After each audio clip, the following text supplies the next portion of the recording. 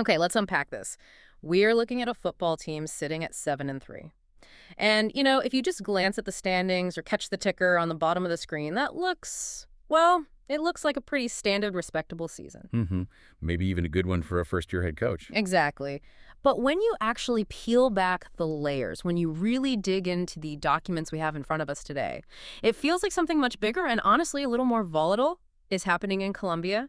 We are doing a deep dive into the 2030 South Carolina Gamecocks. It really is a fascinating case study. And what makes today's deep dive so unique is that we aren't just looking at box scores or, recycling talking points from the weekend recap shows. Right. We are working off a primary source document, an internal review dated November 23, 2030. This is a pre-Week 13 evaluation of head coach A.C. Jordan's first year, written by the staff for the staff. Which is huge because usually we only get the press conference version of things. We played hard, or we need to execute better, that sort of thing. This document is the unvarnished truth. Exactly. It's the raw data and the honest self-assessment before they head into this final stretch. And the timing is so crucial. This review was written right before they head into what looks like the dictionary definition of a trap game. But before we get to the anxiety of this coming weekend, we have to talk about the journey that got them here. The mission for this deep dive is to answer a massive question.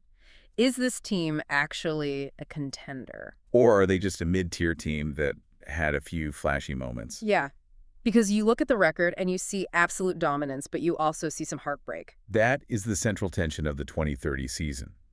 And if you read through this internal review, the narrative arc is incredibly distinct. It's framed around three specific phases: early dominance, mid-season resilience, and then this late stretch defined by razor-thin margins against the absolute best teams in the country. Okay, so let's start at the beginning, the honeymoon phase, weeks 1 through 3. The document highlights the offensive tempo right out of the gate. They open against East Carolina, win 52-17, nice win. But then week 2, that felt different. Oh, They absolutely demolished NC State 59-14. that Week 2 game is pivotal in the review. It's described as one of the most complete performances of the season. You have to remember, NC State isn't a cupcake, No, not at all. They're a power conference opponent. and beating them by 45 points. That was the moment the Gamecocks announced themselves regionally. It wasn't just a win, it was a statement that this high-octane offense under A.C. Jordan actually worked against real competition. When you say complete performance, what is the review actually flagging there? Is it just the score? It's the efficiency. The document points out that the offense was scoring on nearly every possession, but, and this is key, the defense was also getting off the field on third down. Ah, okay. That creates a snowball effect. Exactly. When you play with that kind of tempo, if your defense gets stops, the other team just drowns. They can't catch their breath.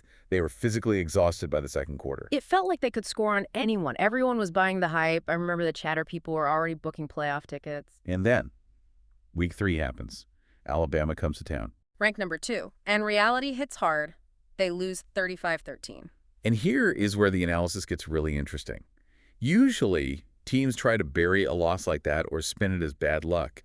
But the source material doesn't make excuses. It actually calls it a valuable measuring stick. A measuring. Yeah. While first 2 weeks were fun, Alabama exposed the gap in the line of scrimmage. I want to pause on that phrase, the gap in the line of scrimmage. We hear commentators say winning in the trenches all the time, but what did Alabama actually do that NC State couldn't? It's about physics and displacement. The review notes that Alabama's defensive line was able to generate pressure with just 4 players. That means they didn't have to blitz. Right. And when you don't have to blitz to get to the quarterback, you can drop 7 guys into coverage. That kills the passing lanes. So South Carolina's tempo didn't matter because the plays were getting blown up before they could even develop. So essentially you can be fast, but if you can't block the guy in front of you, speed doesn't matter. Precisely. Alabama controlled the line of scrimmage and punished mistakes. It was a clear signal. You have the speed, you have the tempo, but do you have the physicality to stand up to a top 5 team? At that point in the season, the answer was clearly not yet. Which brings us to part 2 of the season, the response. They didn't fold. The review calls this phase establishing identity. They go on the road for the first time in the SEC. Week 4 at Auburn. This wasn't a blowout, it was a grinder. They win 2017. And that's significant because of how they won. The review highlights poise late in situational football. Situational football is one of those coach speak terms we hear constantly. What does the document say they actually did well? It basically means understanding the context of the game, the plot, the score, the down and distance. Yeah. It means not trying to force a touchdown throw into double coverage when a field goal wins the game. Yep. After getting punched in the mouth by Alabama, they went into a hostile environment at Auburn. And Jordan-Hare Stadium is incredibly loud and just outlasted them. They didn't panic when it was close in the fourth quarter. That shows mental toughness. And then they go to Kentucky in week 5 and the offense wakes up again, 47-26. Right. But if we are looking for the defining moment of the first half of the season, it has to be week 6 against Tennessee. Oh, absolutely. I mean, 52-7 against Tennessee, that is a beatdown. That's not a grinder win. That is a total destruction. The document calls this a true culture win, and I really like that phrasing. Culture win can sometimes sound a bit like marketing fluff, though, can it? What makes a 45-point win a culture win rather than just a we played better win? It implies sustainability. Yeah. A talent win is when your receiver is just faster than their corner and runs past them. A culture win is when everyone is executing the scheme perfectly, play after play. The review notes that Tennessee was overwhelmed physically and schematically. Remember the questions after the Alabama game about the line of scrimmage? Well, against Tennessee, they answered those questions. They proved that the loss to Bama didn't break their spirit. It actually sharpened their focus. That resilience is culture. So you're riding high. You just destroyed a rival. But then we hit the midseason turbulence. Weeks 7 through 12, this is where the roller coaster really starts. Yeah, they go to Arkansas and get into a shootout. And they lose that one 42-35. The review is pretty critical here regarding red zone execution. Red zone execution, meaning they got inside the 20-yard line but couldn't punch it in for touchdowns. Correct. They were settling for field goals or turning the ball over. Arkansas capitalized on those mistakes. It was a tough loss because the offense was moving the ball at will between the 20s, but the field shrinks down near the goal line. But they bounced back the next week against Florida, a 34-31 win. The review mentions they showed maturity to close the game under pressure. That's key. Florida made runs. They pushed back. A younger or less disciplined team might have folded after the Arkansas loss, thinking, here we go again, we can't win the close ones. But South Carolina found a way. Now, here is a detail in the source material that I think is easy to overlook but seems super important. The unusual pause. Yes, the double bye week. Right, because of weather rescheduling earlier in the year, they had a 2-week gap in weeks 9 and 10. How did that impact the team? According to the internal review, the staff used this for recalibration. It wasn't just rest. They were self-scouting. Self-scouting, that sounds like therapy. What does that mean in a football context? It means watching film of yourself as if you were the opponent. You look for your own tendencies. Do we always run left when the tight end is on the right? Looking for tells. Exactly. They identified those tells and fixed them. And this is crucial. They started layering in prep for Clemson and Oklahoma during practice periods. They knew the end of the season was going to be a gauntlet, so they used that time to get a head start on the big dogs. And that prep clearly paid off, because we have to talk about week 12, the climax of this document. They play Oklahoma, the #1 team in the country, and this game, wow. A 38-37 loss. But look at how the review frames it. It's almost celebratory. That's what stood out to me. They lost. In the standings, it's an L. But the tone of the document is incredibly positive. Why? Because for a program in year 1 of a new regime, it wasn't about the L. It was about going toe-to-toe with the #1 team for 60 minutes. And we have to talk about the end of that game. The decision to go for 2 on the final play. That was the moment. They score late, they're down by 1, and instead of kicking the extra point to go to overtime, Coach Jordan leaves the offense on the field. They go for the win right there. And the review calls that decision. What was it? Aggressive, confident, forward-facing. Forward-facing. That's interesting. It signaled to the team, to the recruits, to the entire country that this program isn't playing not to lose. They are playing to win. The analysis here is that the aggressive call resonated nationally more than a safe loss in overtime would have. It's the good loss paradox. Sometimes a loss can do more for your culture than a messy win. So we've established the narrative arc, but who is actually driving this bus? We need to talk personnel. You have to start with the quarterback. The numbers are undeniable. 3,409 passing yards, 30 touchdowns, only 8 interceptions. And that's on 480 attempts. That is high usage. Extremely high usage. That's nearly 50 passes a game. In many offices, that is a recipe for disaster because usually When you throw that much, you start making mistakes. But he's kept the interceptions down to single digits. That's the magic. The analysis here points out that the key isn't just a volume, it's his composure. The review notes that he hasn't forced the ball despite high usage. And more importantly, he's shown resilience after losses. I love that. But if the quarterback is the engine, the review describes this next guy as the heartbeat of the defense. SSLB Stephon Robinson. Robinson is having a monster season. We're talking 92 tackles. But the stat that really jumps out to me is the 20 tackles for loss. 20. 20, plus 5 sacks and 5 pass deflections. Let's pause on that. 20 TFLs in 10 games. That is 2 plays a game where he is hitting the ball carrier behind the line of scrimmage. It's an insane number for a linebacker. Mm-hmm. Usually you see that kind of production from a defensive end. For a linebacker to do it, it means he's diagnosing the play before it even starts. He's reading the offensive line, seeing the gap, and shooting it before the blocker can get to him. The review says he is setting fronts and cleaning up mistakes. Can you translate that for us? Setting the front means he's essentially the quarterback of the defense. Yeah. He's looking at the offense, seeing how they line up, and telling his defensive line where to shift. Okay. And cleaning up mistakes means if a cornerback misses a tackle or a lineman gets blocked, Robinson is athletic enough to get over there and save the play. He is the safety net and the hammer at the same time. So he is the reason that defense functions. You have a high-flying offense, a defensive tone setter, and you're coming off this heartbreaking but encouraging loss to the #1 team. You're 7-3. Everything seems great. But now, Yeah. we have to look forward. This week, week 13. The trap game. The trap game, yes. The review explicitly previews the upcoming game against Mississippi State. They're 3-7.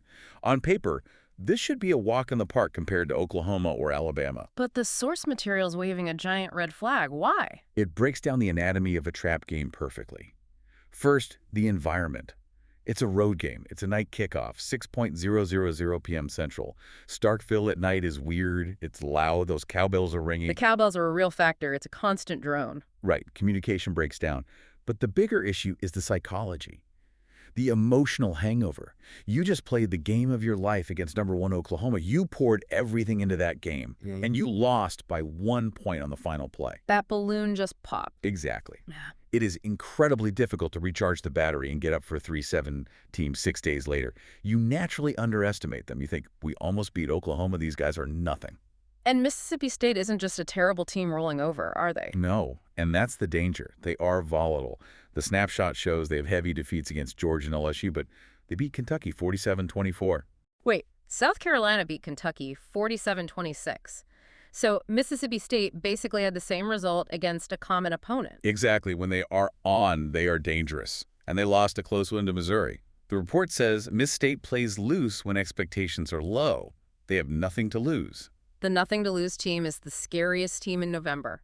They'll run fake punts. They'll throw deep on every down. That's it. If South Carolina walks in there, sleepwalking, expecting Mississippi State to just hand them the win, they will get punched in the mouth. So what is the messaging heading into this week to combat that hangover? The internal emphasis is fascinating. Mm-hmm. The quote is, handle success and disappointment the same way. They are trying to level out that emotional roller coaster. Consistent. Another key phrase in the document is, this game earns next week. This game earns next week. I like that. Meaning you don't get to think about the rivalry game against Clemson unless you handle business here first. Precisely. The fans are already talking about Clemson. The media is talking about Clemson. If the players start thinking about Clemson, they will lose to Mississippi State. The challenge isn't motivation, it's focus. So let's get into the tactical keys. What needs to happen on the field this Saturday to avoid the upset? First is emotional discipline. They expect Mississippi State to come out with trick plays and try to create chaos early. South Carolina has to stay calm. If Mississippi State scores a wacky touchdown early, don't panic. Stick to the plan. And the second key involves our guy, Stephon Robinson. Defensive control. Robinson needs to eliminate explosive plays. Mississippi State can score in spurts. If Robinson and the front seven can control the run and keep everything in front of them, force them to drive the field, Miss State will eventually make a mistake. Make them be patient. And the third key. Quarterback management. The note here is efficiency over heroics. Dictate, not chase. That goes back to the Oklahoma loss, right? Right. Against a 3-7 team, the quarterback doesn't need to win the Heisman on every play. He just needs to run the offense, hand the ball off, hit the open receiver, and not give Mississippi State free possessions. It sounds simple, but executing that boring, efficient football after the heartbreak and adrenaline of last week is the real test. And that's why this game matters so much. Even though they aren't winning the national title this year, this game is about positioning. It's about momentum leading into the rivalry week against number 3 Clemson. You want to walk into that game at 8-3, feeling confident, not 7-4, and questioning everything. Reiterate the mantra. Start fast, end faster. That's what the document says they need. Absolutely. Put them away early so the crowd gets quiet. So let's wrap this up. What a season it's been so far. We went from that opening dominance against NC State where we thought, okay, this team is unstoppable, to the reality check against Alabama. We saw them build a culture by dismantling Tennessee, survive the midseason bumps, and then take the #1 team in the country to the absolute limit. It's a season of growth. 7-3 reflects a good team, but the underlying metrics and the narrative in this review suggest a program that is on the verge of being great. The arrows are pointing up, but... And there's always a but in the SEC. How you handle the trap game often defines a coach more than the big upsets.